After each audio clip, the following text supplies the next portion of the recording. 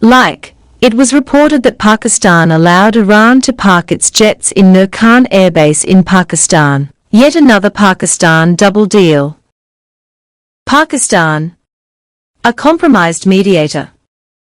According to a report by CBS News, while Pakistan publicly tried to position itself as a diplomatic conduit between Tehran and Washington, it allowed Iranian aircraft reportedly to park in Pakistani air bases, potentially shielding them from possible American airstrikes.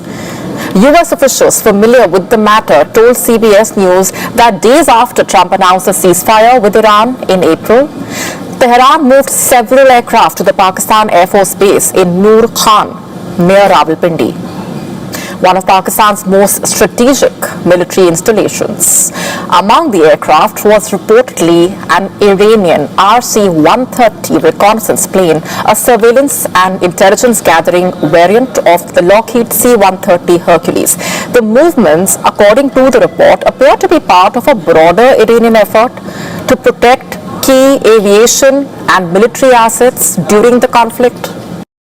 If the mediator is allowing reconnaissance aircraft at Iran to be parked in Pakistani air bases, do you think that's consistent with being a fair mediator?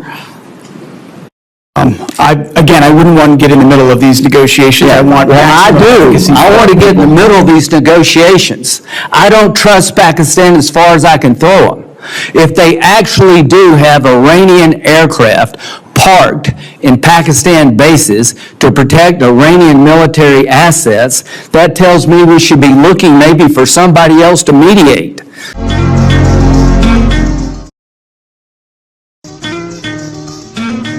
Trump says Iran will not have nuclear weapons. Iran cannot have a nuclear weapon, and they won't have a nuclear weapon, and that's 100%. Their Navy is gone, their Air Force is gone, their anti-aircraft is gone, their radar is gone, their leaders are gone. They're all gone. Iran will not have a nuclear weapon. Is Iran close to having nuclear capability? Iran is now facing explosive speculation after reports claim Tehran may have conducted a secret nuclear test ahead of fears that war could restart at any moment. A powerful earthquake near Tehran has triggered fresh global rumors about possible underground nuclear activity inside Iran. The 4.6 magnitude midnight quake rocked Tehran, while social media platforms exploded with claims linking the tremor to a covert Iranian nuclear test. Fresh fears are spreading after Iran warned about advancing toward 90% uranium enrichment, with many now questioning whether Tehran has crossed the nuclear threshold. A midnight earthquake jolted the Iranian capital on May 12th, triggering panic and fear across several parts of Tehran. According to IIB, the 4.6 magnitude tremor struck near Pardis and the Tehran-Mazandaran border late on May 12th. No casualties or major damage were immediately reported, though authorities remain on high alert for possible aftershocks. Soon after the quake, social media platforms were flooded with speculation linking the tremor to possible underground nuclear activity. The earthquake struck at a highly tense moment, as the United States remains deeply focused on Iran's enriched uranium program and rising nuclear concerns. Iran cannot have a nuclear weapon, and they won't have a nuclear weapon, and that's 100%. Their Navy is gone, their Air Force is gone, their anti-aircraft is gone, their radar is gone, their leaders are gone. They're all gone. Iran will not have a nuclear weapon. I don't care about America. I don't care about anything. The only thing that matters when I'm talking about Iran, they can't have a nuclear weapon. I don't think about Americans' financial situation. I don't think about anybody. I think about one thing.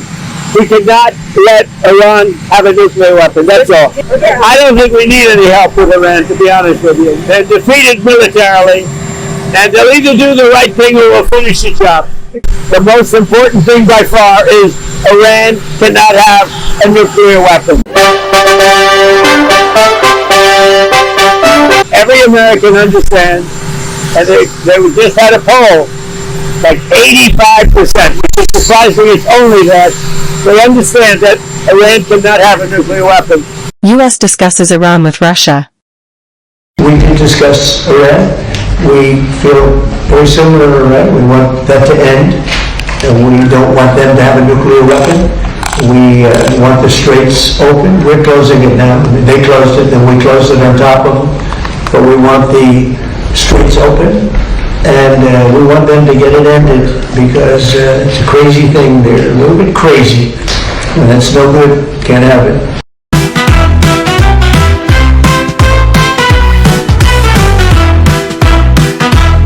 Think of the mothers.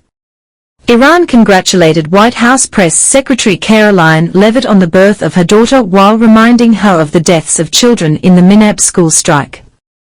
The Iranian embassy in Armenia wrote on X asking Leavitt to think of the mothers of the 168 children allegedly killed in the strike carried out by her boss and justified by her.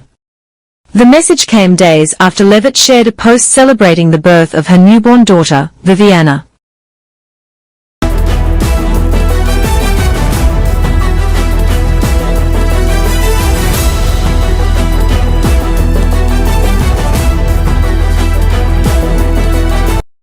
The Minab strike. What happened? A U.S.-Israeli precision strike targeting a naval base in Minab reportedly damaged a neighboring elementary school, killing at least 168 people. Leavitt had earlier defended the U.S. position, insisting that the United States of America does not target civilians. President Donald Trump had initially suggested that Iran itself may have been responsible for the school casualties.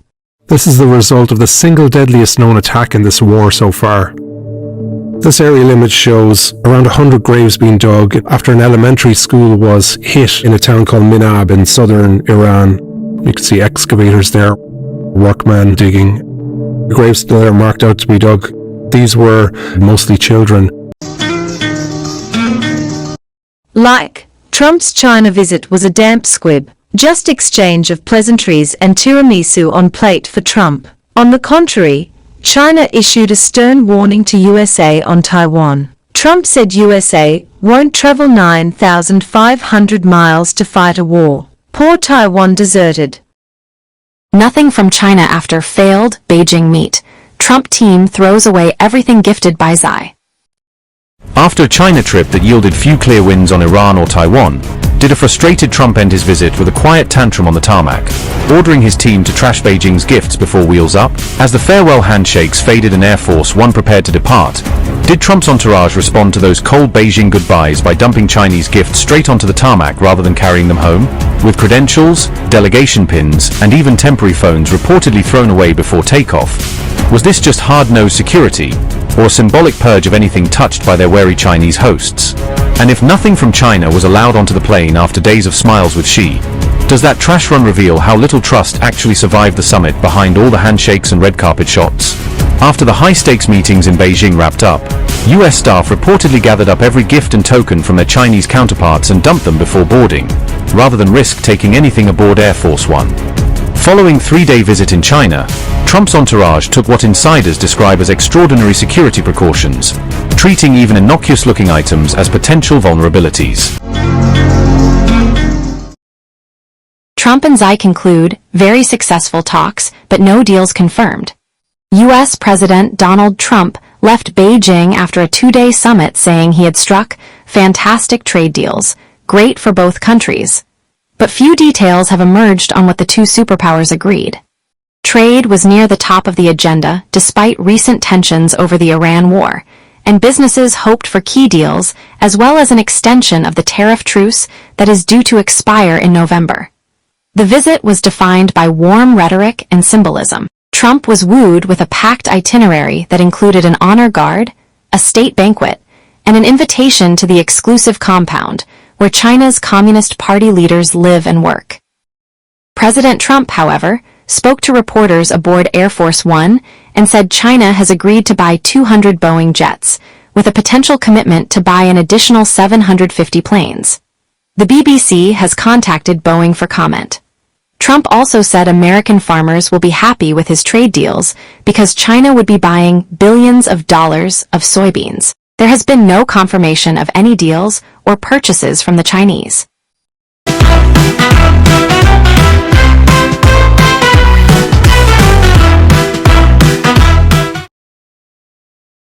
Like Mayor of California Eileen Wang has resigned, admitting to be China's agent. This morning, growing national security concerns after a Democratic mayor in California admitted to secretly working for China. Federal prosecutors say former Arcadia mayor Eileen Wang pushed pro-Beijing propaganda and worked with a convicted Chinese agent to operate a fake news site in the U.S. They say she spread pro-China messaging at the direction of the Chinese government without disclosing this to U.S. authorities. She has pleaded guilty to acting as an illegal agent, admitting she did work for the People's Republic of China from at least 2020 through 2022. She has resigned from office and could face up to 10 years in prison. Like Britain is in a turmoil, Cathy West, MP, has issued an ultimatum to PM Starmer to quit. Anne Streeting, Health Minister, has resigned. "I want to be PM," declared Streeting. So is Andy Burnham. Starmer has appointed Gordon Brown as advisor to weather storm. This afternoon I would like the Cabinet to come round the table and elect a leader amongst themselves. Without humiliating the current leader, Keir Starmer, he also should have a role perhaps doing international affairs, but we need someone from within the Cabinet to step forward as the leader, and then we will have a new leader of the party without having to have a leadership election. If that cannot happen, and there are no leadership hopefuls who come forward tomorrow, then Monday morning I will put my name forward to stand for the leader of the Labour Party, and I will be seeking the 81 names that are needed to take to the party chair, and I will begin a leadership election. It is like a bloodbath in Parliament. There is absolutely visceral hatred for the man, for Keir Starmer, amongst his backbench MPs. It is civil war in there now. The knives are out, the gloves are off, and they want him out. But looking into this visceral hatred, I mean, what Labour MPs are saying to one another in the corridors, in the tea rooms, to one another, the whispering, how do we get him out? He doesn't seem to listen. He didn't listen at the local elections. He doesn't listen to votes in the House. He doesn't even speak to people. The amount of people who say to me, I've never even spoken to Keir Starmer. He doesn't care. He's aloof. He's a snob. Britain's Prime Minister is clinging to power tonight after a member of his cabinet resigned, saying he didn't have confidence in the boss. Now, West Streeting is the health secretary, and that's a big job in this country. Everyone in this country is touched by the National Health Service, and people really pay attention to who's in charge of that job. Now, West Streeting said that he was resigning, even though he gave credit to the Prime Minister for his efforts on the international stage, particularly with Iran.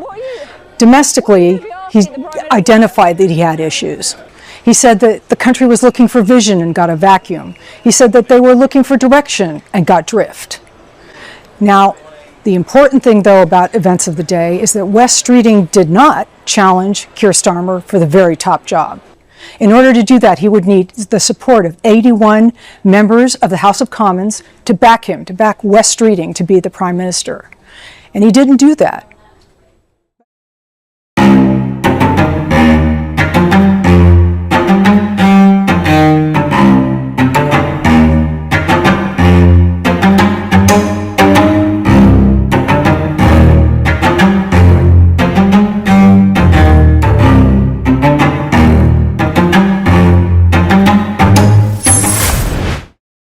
Last week's election results were unprecedented, both in terms of the scale of the defeat and the consequences of that failure.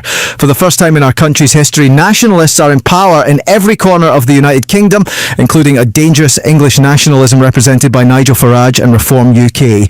This represents both an existential threat to the future integrity of the United Kingdom, but Reform UK also represent a threat to the values and ideals that have made this country great.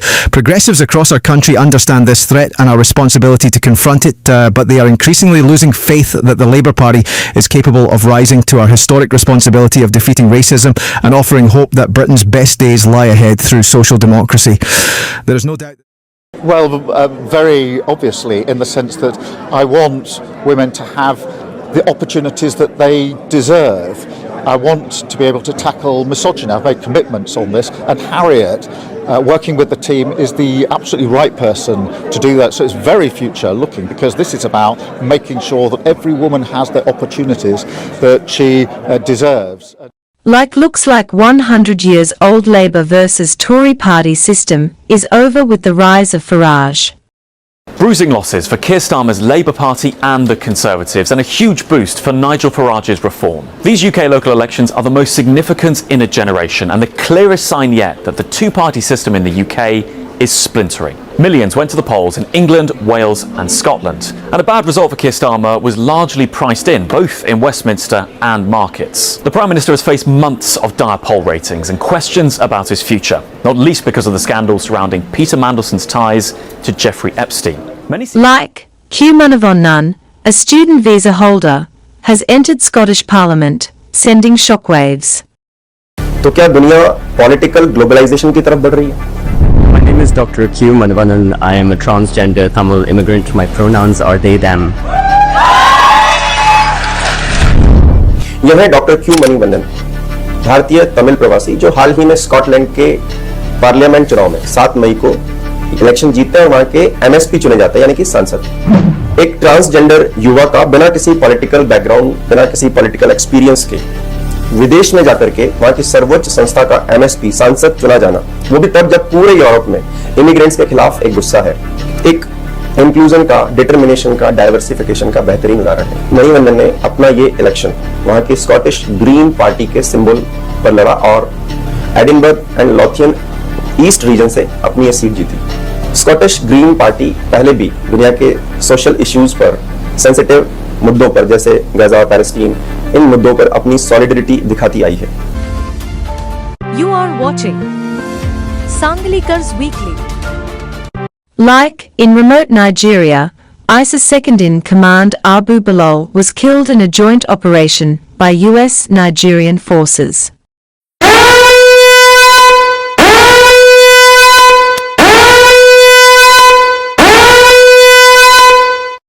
Breaking news.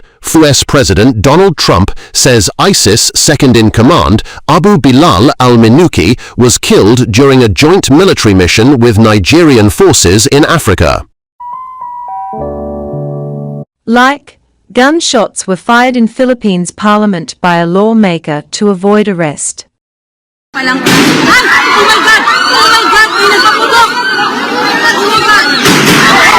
Oh my God!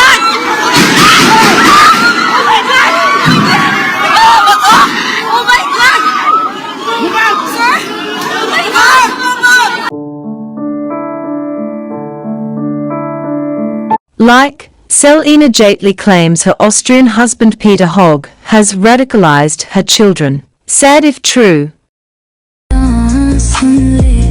तेरी मौजूदगी मेरे हर काश का जवाब, तू लफ्जों से परे मेरी खामोशियां चुन ले, मैं कुछ ना कहूँ और तू मेरी सारी दास्तां सुन ले। तेरी मौजूदगी मेरे हर काश का जवाब हो जाए, मेरी अधूरी सी जिंदगी तेरा मुकम्मल ख्वाब हो जाए। मरहमी तू हमें इस कदर आ मिले, बेसबर दिल को भी कुछ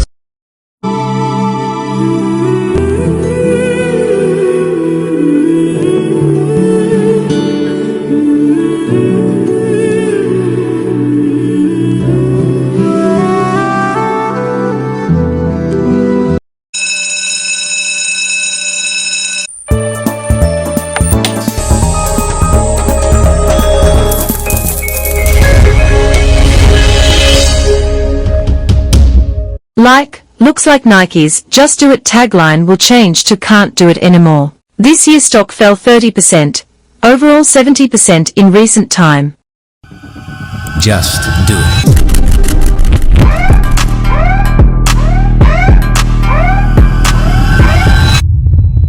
Let's turn to another retail loser today. That would be Nike. The stock falling 15%. The situation is it can take years for it to heal. Nike just reported earnings, beat on revenue, beat on EPS by 21%. 5 straight quarters of beating expectations.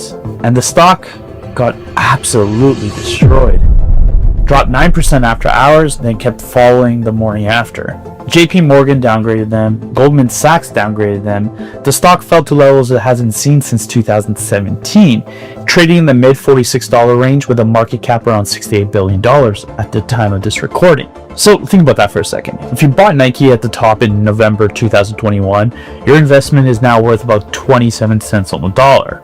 It's actually kind of crazy once you think about it. This is one of the most iconic brands in the history of capitalism. I'm talking about the company behind the swoosh, behind Michael Jordan, behind Just Do It. And Wall Street's pretty much saying peace. What the hell is actually going on with Nike? Elites don't buy Nike shoes. We buy their stocks. We don't buy the new iPhone every year. We buy more Apple stocks before the new iPhone comes out. You drive the most expensive car, which you can barely afford. We drive the cheaper one and put the rest into real estate. You wear the brand. We own the brand. That's not a flex. That's a system. My father taught me something I'll never forget. Every dollar you spend on looking rich is a dollar that could have made you actually rich. Every pair of sneakers, every watch, every upgrade you didn't need. That's not spending, that's bleeding. The secret to elite success was never intelligence. It's knowing the difference between an asset and a liability. You buy things that lose value the second you swipe your card. We buy things that make money while we sleep. You need everyone to see your success. We build ours so quietly that by the time you notice, it's generational. It is reported that US Justice Dept is likely to drop charges of fraud, corruption, cheating etc. against Adani in return for a huge investment by Adani in USA. Quid pro quo or rotten justice system. The U.S. Justice Department is close to dropping criminal fraud charges against Gautam Adani, an Indian billionaire who promised to invest $10 billion in the U.S. That's according to two sources familiar with the matter. Federal prosecutors had charged Adani in 2024 over an alleged scheme in which they said he bribed Indian government officials to win approval to develop the country's largest solar power plant. The Adani Group has consistently denied any wrongdoing. Now, the possible dismissal of the charges comes after the tycoon's lawyers told Justice Department officials in a presentation last month that it could not make the U.S. investment while the case was proceeding. They also argued that the U.S. did not have proper jurisdiction and lacked evidence. Some prosecutors said that a $10 billion investment would not affect the case, one of the sources said, but it wasn't clear if the others saw it differently. The Justice Department and the Adani Group did not immediately respond to requests for comment. On Thursday, Adani also resolved a related civil fraud lawsuit brought by the Securities and Exchange Commission, subject to court approval. Legal records show Adani and his nephew would pay civil penalties of $18 million under the deal, though neither would admit or deny any wrongdoing. We have some big news right now. The Trump administration is dropping charges against an Indian billionaire, federal criminal fraud charges. Why? Well, because he offered to invest money into America. It's something we've never seen corruption like this before.